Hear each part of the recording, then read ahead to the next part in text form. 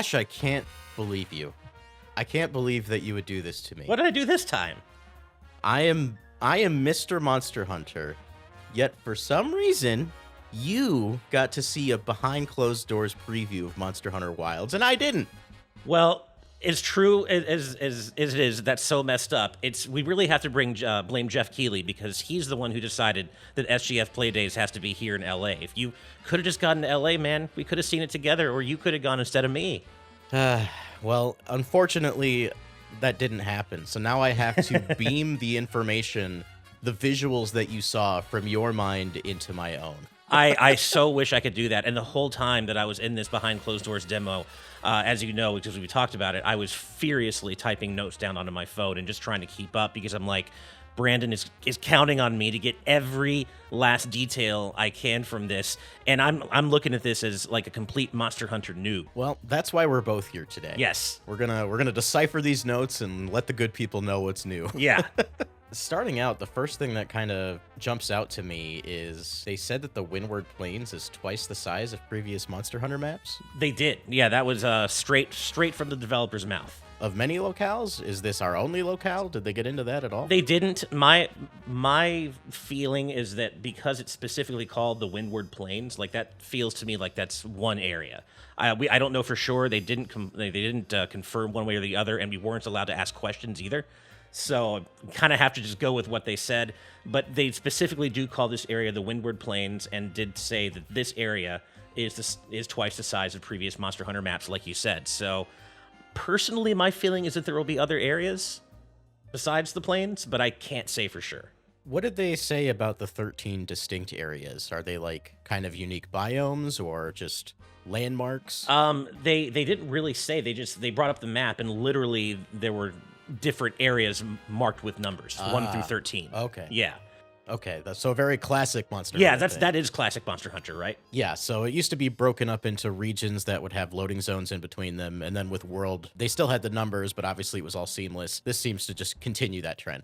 Right, exactly. Now, I don't know. I mean, they were very upfront and clear about how everything is seamless with no loading in this game, in terms of, like, you can take on a quest at base camp, and then you can just go out into the world. That's it. There's no, like, quest begin screen, and then you load into the map. You just, in our demo, they left base, they took on a quest, left base camp, and went on to hunt, and that was it. That blows my mind, and I need to, like, make sure I'm picturing this correctly. So, like, is the base camp part of the Windward Plains? Are you literally just walking out of town and going on the quest? How does that work? It is. So base camp had, kind of what you'd expect from previous games. Like, there was a smithy there, palicos were running around, and basically, yeah, they decided on a monster to hunt and left base camp, and there you are in the Windward Plains. And then on the way to the hunt, they stopped into a village. And I don't remember the village having a name, but it was a village full of NPCs. They're locals preparing for a sandstorm.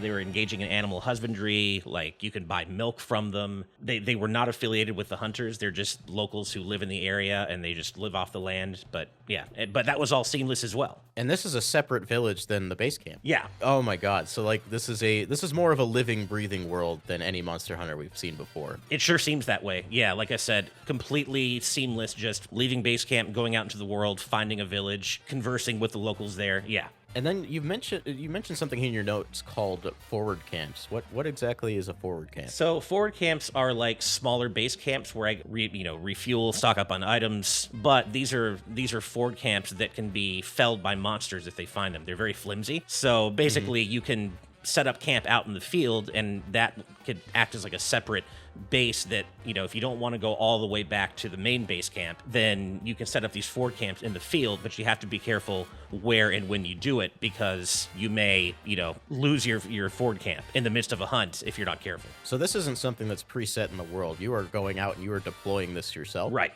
That's the sense I got, yeah. Did they say anything about limitations? Can you fast travel between them? I think that's probably meant for fast travel. Like, my sense is that it's meant for you to have a location to go back to heal, to rest up in the middle of questing, basically. So you don't have to go all the way back to your main base camp. This is great because, because up until this point, we were just assuming that Wilds was more of an open world experience, and it sounds like that's the way it is for the most part.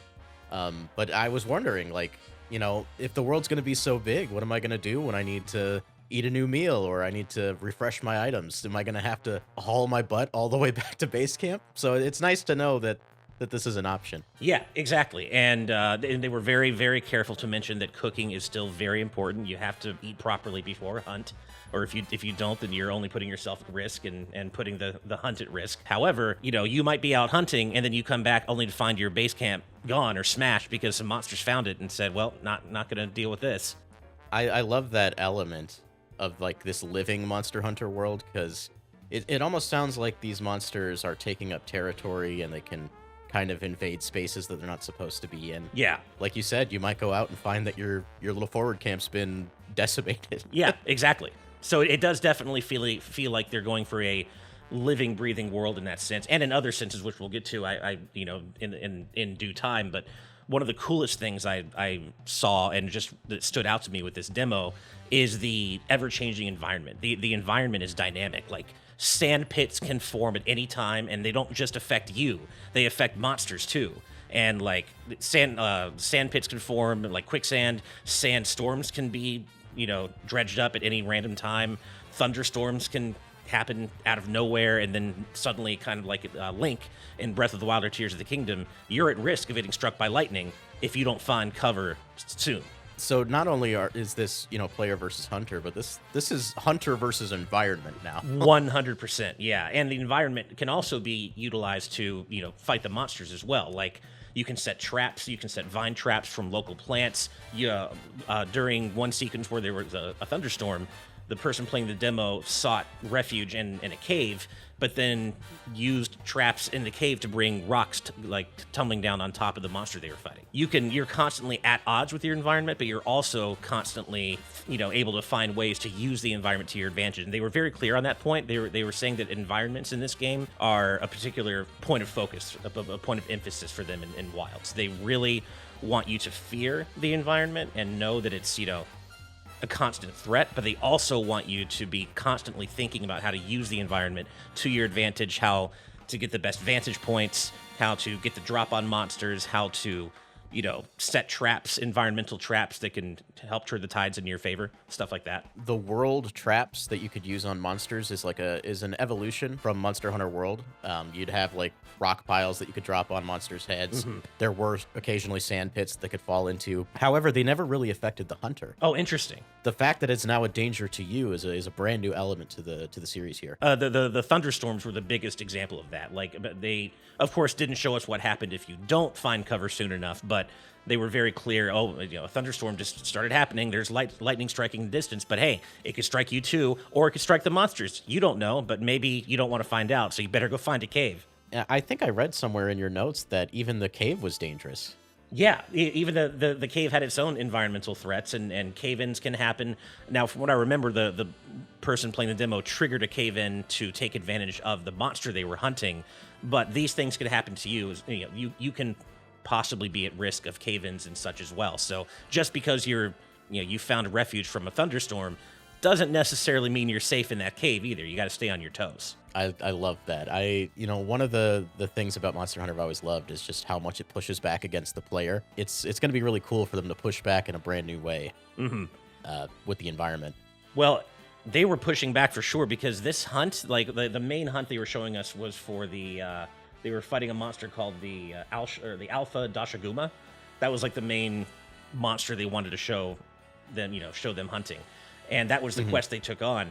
That alone was like it was like a 20-minute fight. It was tough. Yeah, Monster Hunter is always known for its long fights, so I'm glad to see that that's still a thing here. What's interesting is you call it the Alpha Dashaguma. I know that monsters hunt in packs, and I believe this is one of them that does. Is the Alpha the quest target? Yeah. Is that the one you have to slay? The Alpha was the quest target, and that was basically a bigger, beefier version of the Dashaguma in its pack. And of course, you can try, there are new things you can do to try to lure the Alpha away from the pack so they don't all attack you at once. But because obviously if you do attack the whole pack, they're all going to, all going to gang up on you.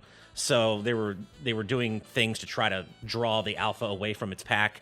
It didn't end up working out for them in the long run, and they ended up running away because like 3 of the Dashaguma, including the alpha, were chasing them like across the sands. But then that's when one of those sand pits, like with quicksand, just happened organically, and the smaller Dashaguma got sucked into it, but the alpha didn't. So okay. so like the smaller ones were too weak to survive the sand pit, or at least to not get sucked into it. But the alpha, was able to get around it.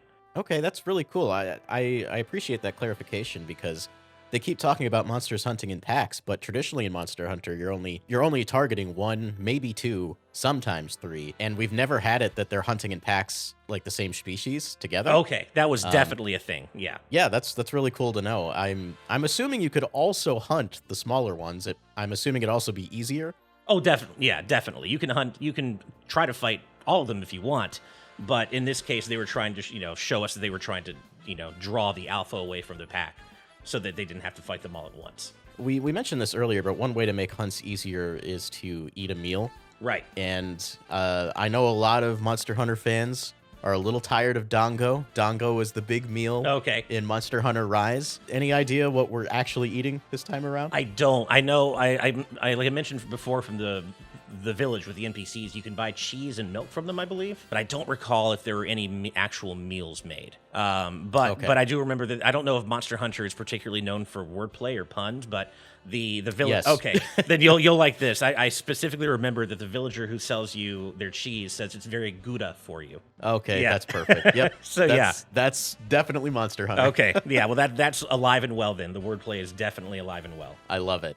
One thing that caught my eye here, a carryover from World, the Gilly Mantle. Yes. So that's in play here? Yeah, I had a question mark in my notes because I couldn't quite hear the word, and I wouldn't know, of course, what a Gilly Mantle is because I'm not a Monster Hunter, hardcore fan. But yes, he definitely did say Gilly Mantle, and those are back. Okay, that's cool. So the Gilly Mantle, for reference, was a wearable mantle in Monster Hunter World that would make you invisible to monsters. Oh, okay. That makes so much sense then. Cool. Yeah, that's definitely back. He specifically said that name. Did he say just the Gilly Mantle or mantles in general? I don't remember, unfortunately. He definitely said the Gilly Mantle. I think there are multiple mantles, but I don't want to say for sure. Given it's the World team, I think it's a safe bet that the others are probably there as well.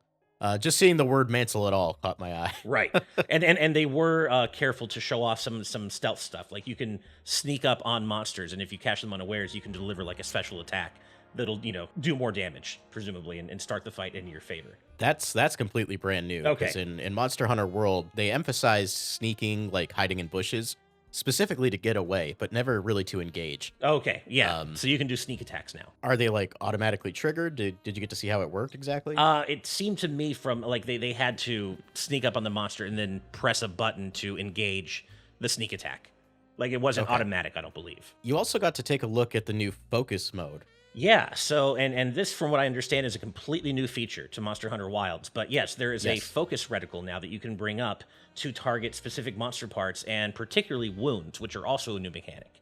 And the way those work is the more you damage a monster, red glowing spots will appear at different places on their body that are called wounds. And if you use the focus reticle to target those wounds, you can do more damage with your attacks. You'll trigger special attacks that do more damage than your typical hacking and slashing would. So they really want you to, think about focusing individual monster parts and targeting these wounds on the fly. And they can be anywhere. They can be in the stomach. They can be on the arms, head. My assumption then it'll be that these wounds will show up on monster parts that can typically break. Yeah. And one concern I've seen, at least in the Monster Hunter community, is that this is an accessibility feature to like make hunts easier. But it seems to me more like a core mechanic in the gameplay. That's what it seemed to me. I mean, the fight already took a long time, and this was with the player using, taking full advantage of the wounds system and the focus reticle. And, he had to hit those wounds a lot of times, too. It's not as though it was just an automatic, easy win. Like, just because he was targeting wounds, yeah, he was doing more damage, but it didn't automatically win the fight for him. And even those wounds took multiple hits to inflict the max damage or destroy the wound, as it were. Yeah, I definitely see this more as an expansion of your moveset rather than quote unquote easy mode. Yeah. I that's the way I saw it too. And a lot of what I saw was like, because there's weapon switching now, of course, as well. And so in my case, they were using, I believe, the great sword and a heavy bowgun. And what I saw the player doing was they would get in up close, try to attack some wounds that they could reach in a melee sense up close. But then for the ones they couldn't, they would fall back, switch to the heavy bowgun, and bring up that focus reticle and target them from afar. Okay, interesting. So the weapon switching also is something that I've been curious about. From my understanding, it's the Sacred that carries your off weapon. That could be, but I feel like I recall them switching on the fly, even when not riding the Sacred. But I could be wrong about that. Definitely something to keep an eye on. But you can engage in combat while riding your Sacred. That is something you definitely can do. The Sacreds can then automatically path themselves while you're looking at the map. You can bring up the map in real time while you're riding, and the Sacred will choose its own path forward, kind of like the Chocobos will in FF7 Rebirth if you just let them do their own thing. They can even navigate around monsters in combat. Is that right? They can, yeah. So if a monster is going to attack, they have the know-how to get out of the way, kind of like the horses in Breath of the Wild. Right, exactly, without you having to tell them to do that or guide them yourself. That's really interesting because the Sacreds are an evolution of two separate mechanics from Monster Hunter. There's the Tail Raiders from Monster Hunter World, which were minion monsters in the particular locale that you were in. You could ride them, you could tell them where to go, but you had no direct control over them. Okay. Then there's the Palamutes in Monster Hunter Rise, which you couldn't assign a location on the map, but you could directly control where they go and what they do. I see. And that was something I actually noticed. The Palicos were everywhere in the demo that we saw, but no Palamutes, and they didn't mention Palamutes either. So I don't know if they're coming back for Wilds or not. My assumption's going to be no on that one. Okay. Same thing with the wire bugs from Monster Hunter Rise. That seems like a mechanic that's specifically built for that game. For sure. Monster Hunter tends to introduce relatively new mechanics to each entry to try and make them feel distinct and unique. Even moving forward out of Wilds, I don't think something like the Sacred's even going to make it to the game after this one. I see. Okay, that makes sense. So what's going on with these bombs? Funny you asked. That was definitely one of the more humorous parts of the demo. They got a good laugh out of the audience, including me. But basically, when the alpha, and I believe this is from previous Monster Hunter games, but when the alpha Dashiguma had taken enough damage, it started running away to try to recover and rest and sleep and recover its health. So, yeah, so the player, followed it as best it could, tracked it, and finally found it found it sleeping in a corner of this cavern, trying to rest and recover its health. So it was sleeping, and you can build. I guess in previous games you could build a bomb that you can detonate next to these sleeping monsters to deal extra damage and start the fight anew. But in this case, they were able to build the bomb and then roll it from a distance and rolled it awesome. Right into the monster and just exploded it to start the next phase of the fight. It was pretty funny. That's awesome. Yeah. Was it a barrel bomb? It was a barrel bomb, I believe. Yeah. Okay. Yeah. So that's great. So you can roll barrels down. I'm assuming it was down a hill or something. In this case, it was actually just a short distance away on flat terrain. So they just pushed it. They just rolled it across this, I would say a few feet. It wasn't very far. But what I was kind of mentioning earlier about the emphasis on the environment and how they really want you to pay attention to your environment, they're also putting an emphasis on verticality. So as you were just now saying, maybe you could roll them down a hill, maybe you can drop them, roll them off a cliff from above, but they really want the player to be thinking in vertical terms, in terms of how best to get the jump on a monster. I was worried a little bit that the verticality in Monster Hunter Wilds wouldn't be as important as, say, Monster Hunter 4, which is where that really started, and World, and especially Rise, because Rise has the whole wall running mechanic, right. The fire bugs, being in the air is kind of the whole thing. I'm happy to hear that verticality is still an important aspect. Yeah, they specifically mentioned that as being a core focus for them. So another big element of Monster Hunter World was an emphasis on endemic life, just creatures that aren't necessarily monsters that inhabit the world. Was there any element of that here? Yeah, there specifically were. There were these thunderbugs that would just become new endemic life after a lightning thunderstorm had passed.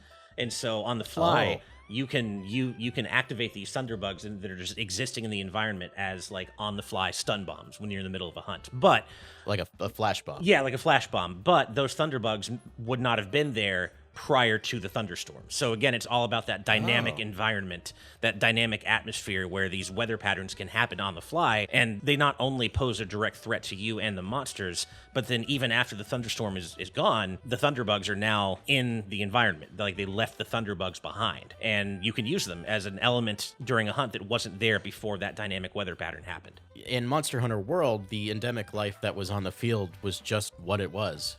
They were always there. You knew where they were every time you started a hunt. If you wanted to utilize those things, you would just go to those points. But this is a lot more dynamic because those weather and environment effects can literally change what's available to you. Exactly. So that's another way in which they want the player to think on the fly with all these environmental atmospheric conditions just that are constantly changing. So typically in a Monster Hunter game, when the quest ends, you get the triumphant music, and then you get about a minute of time to carve the monster before you go to the results screen, see what other rewards you got, and then you get sent back to the village. But because this game is seamless, I imagine that's going to work a little bit differently this time. It seems so. Yeah, because I mean, they did obviously eventually defeat the Alpha Dashaguma. And yeah, there was no loading quest complete screen. You just looted the monster, and then you can go do whatever you want. You can go back to base camp. You can go hunt another monster. You can go to your fort camp and cook a meal, I guess. But they were very clear about that. It's like, nope, you just keep on going, and you can go do whatever you want. That's interesting because, a big element of Monster Hunter in the past was, the types of parts on a monster you would break would determine what rewards you got in the rewards box. And the rewards box was a whole screen that you would navigate and see what you got after the hunt was over. Now, that may have still been the case, but it was like a temporary screen that happens, and then you okay. see your results, but then you just keep on going. There's no loading back into base camp. Okay, cool. Yeah, but I'm pretty sure there was like a result screen that showed you the results of the hunt. But then you say you confirm, you click it, and it's away, and then you just keep on going. Another question about hunts that I had, and I see it in your notes here, is that the quest doesn't technically begin until the fight does. Is that right? Yeah. So the hunt begin graphic didn't show up until they actually initiated combat with the Alpha Dashaguma. Okay, that's very different from previous Monster Hunters. Oh, interesting. Okay.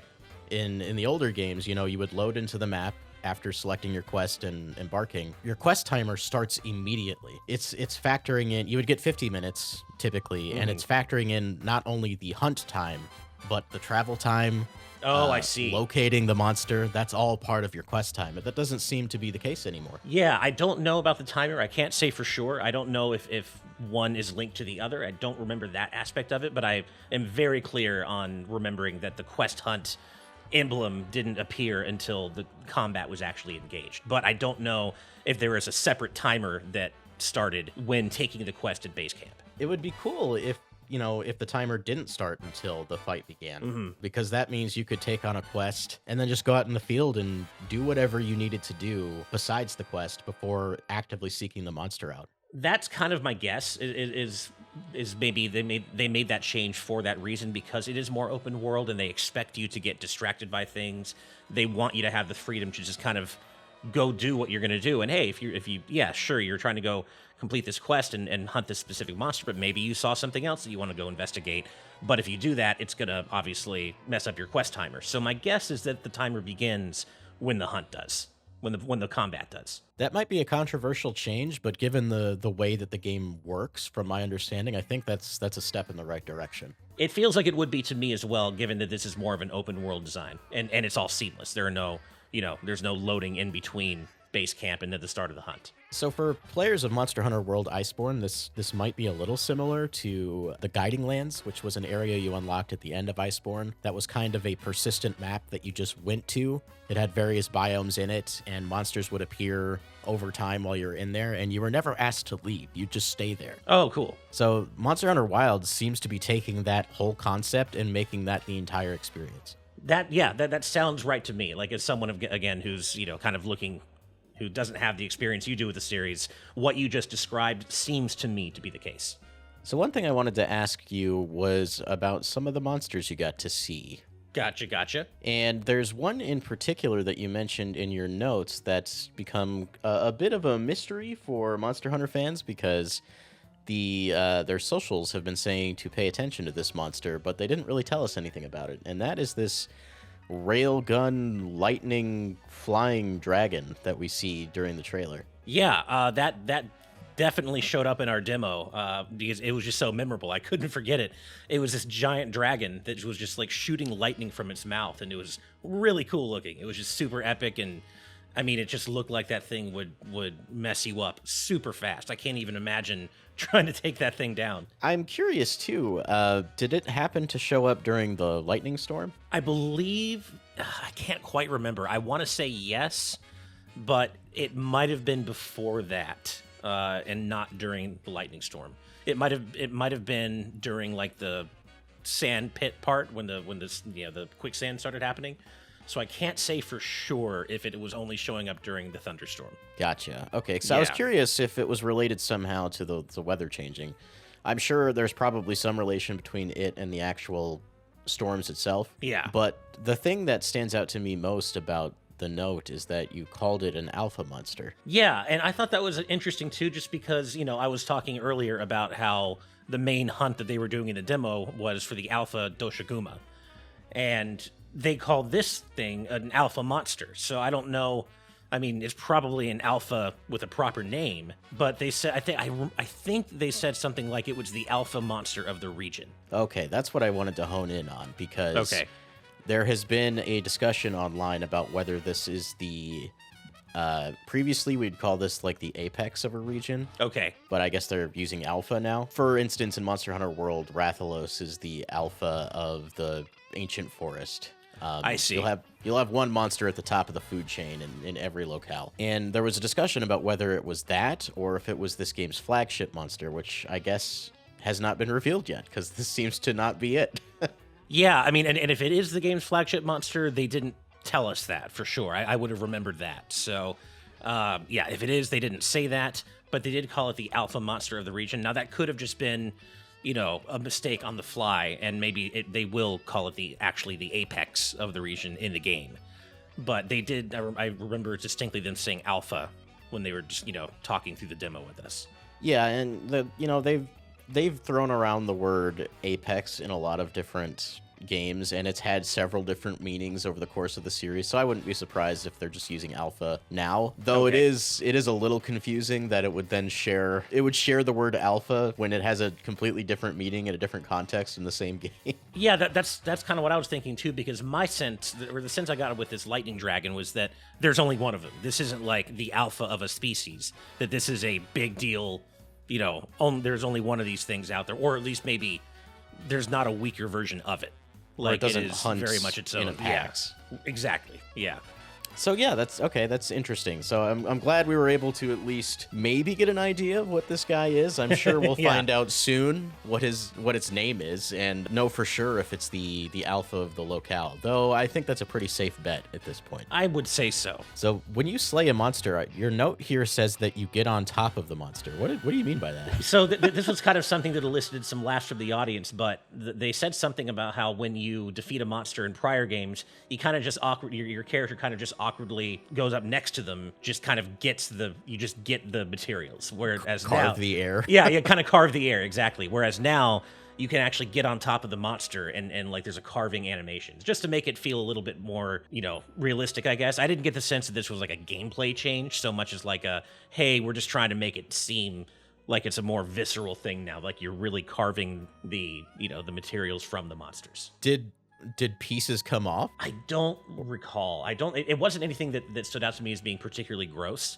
Like it wasn't like violent. Because another note I had made here was that I felt kind of bad because like the monsters really look like they're in pain, and it seemed like they're really suffering when they're near death just from their animations and their wailing and their roars, and I was like, oh, this is kind of sad. So I think it would have stood out to me if like the carving was really gross. It was not. Okay, well, that's good to know. It would have been kind of funny if it was gross, but I get maybe why they wouldn't want to do that. Yeah. From my understanding, they didn't do any co-op in your demo, right? No. NPC hunters joined the fight, which I understand can be a thing that can happen in previous games.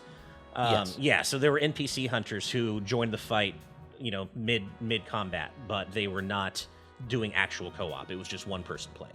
So they weren't there at the beginning of the quest? No, Was there anything that prompted them to show up, or did they just show up? I can't remember. I remember specifically them showing up toward the end of the fight, but I can't remember if they just happened to be in, the path of the action when they were, because the fight took place across a, pretty large area. It wasn't just one area. They were constantly running away from the Alpha Dashaguma, trying to avoid other monsters that were drawn into the fight that would sometimes fight the player, sometimes fight each other, and you can use that to your advantage. You can have monsters aggro each other to, either cause more damage to the monster you're trying to hunt. But yeah, this was something I think maybe they just happened to be in the world, existing in the world, and were drawn into the fight because of where the fight happened to be going. That's kind of what I'm assuming, is that they are inhabiting the world very much in the same way that you are. And it just, helps with that immersive, persistent feeling. The thing that's interesting about this, though, is like in Monster Hunter Rise Sunbreak, NPCs joining you on quests was a new feature added towards the end of that game's lifespan. You would select the NPCs you wanted to join you prior to the hunt. Oh, interesting. Okay. It's a conscious decision that you have to make as a player, but that doesn't seem to be the case here. I don't recall it and the player like selecting anyone to join them for the hunt from the beginning. And certainly these NPCs didn't show up until much later on. Yeah, it makes me curious if there's any way to opt out of that, or that's just how the game will work this time around. Yeah, I was wondering the same thing. So your last note says bird watching. What's that about? So that was another thing that drew laughs from the audience, and they were just kind of, I guess, making reference to the fact that this is a living, breathing world, and there is more to do in it than just hunt monsters. That there's wildlife that exists in this world that is completely, has its own AI, has its own mind, that don't really care about the monsters you're fighting. Like they showed us that you can just, there's literally bird watching. Like you can use your binoculars to look at the world around you, and they happened to show us that this bird that was just chilling on an herbivore's back, and the herbivore wasn't something that posed a threat to you. It was just chilling, hitching a ride on this herbivore creature's back and being a bird and doing bird things. And they said something about how bird watching isn't necessarily considered the most exciting pastime for hunters. And I don't know if that's if that's like a running joke in the community that you could do this in previous games, but there was definitely, he just said, okay, well, I don't really feel like hunting another monster right now. Oh, well, look at that.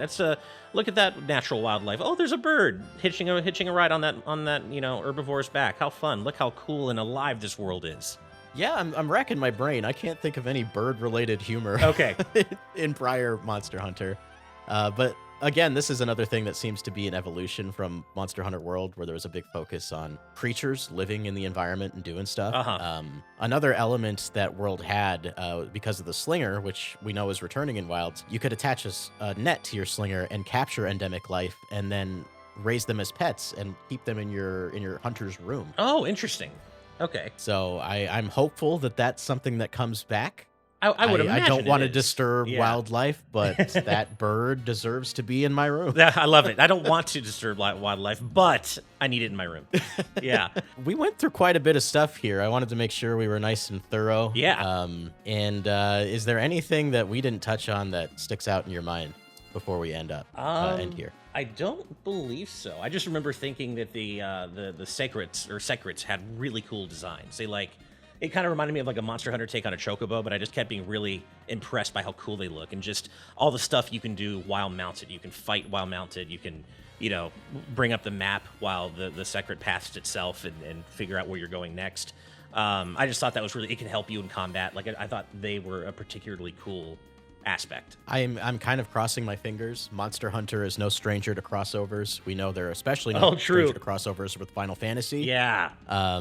We got Behemoth in Monster Hunter World. I'm kind of hoping for Bahamut this time. And I'm hoping that the reward is just a straight-up Chocobo outfit for the Sacred. That would be so cool. Yeah, I hope so too. I mean, yeah, that would be great. I guess the last thing I'll say is I apologize to every hardcore Monster Hunter fan watching this. I hope you've gotten a lot out of it, and with me discussing all this with a Monster Hunter expert.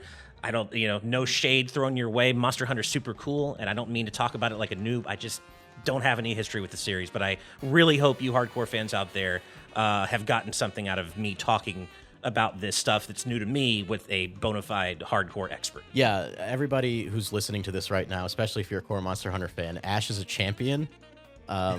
He sent me his notes a little bit before we recorded this, and I was just shocked at all the things that he got down. It kicks ass. You did a great job. Well, thanks. If you're saying that, then I believe you, because I know you're the biggest Monster Hunter fan I know. So thank you very much. All right, gang. Thanks for listening to this. I hope you learned something new. Tell us in the comments below what you're most excited for in Monster Hunter Wilds. As a quick reminder, we do have a Patreon, patreon.com/GVGaming, where you can support us for just $1 a month. Gets you access to our Discord community, which is the kindest community on the internet.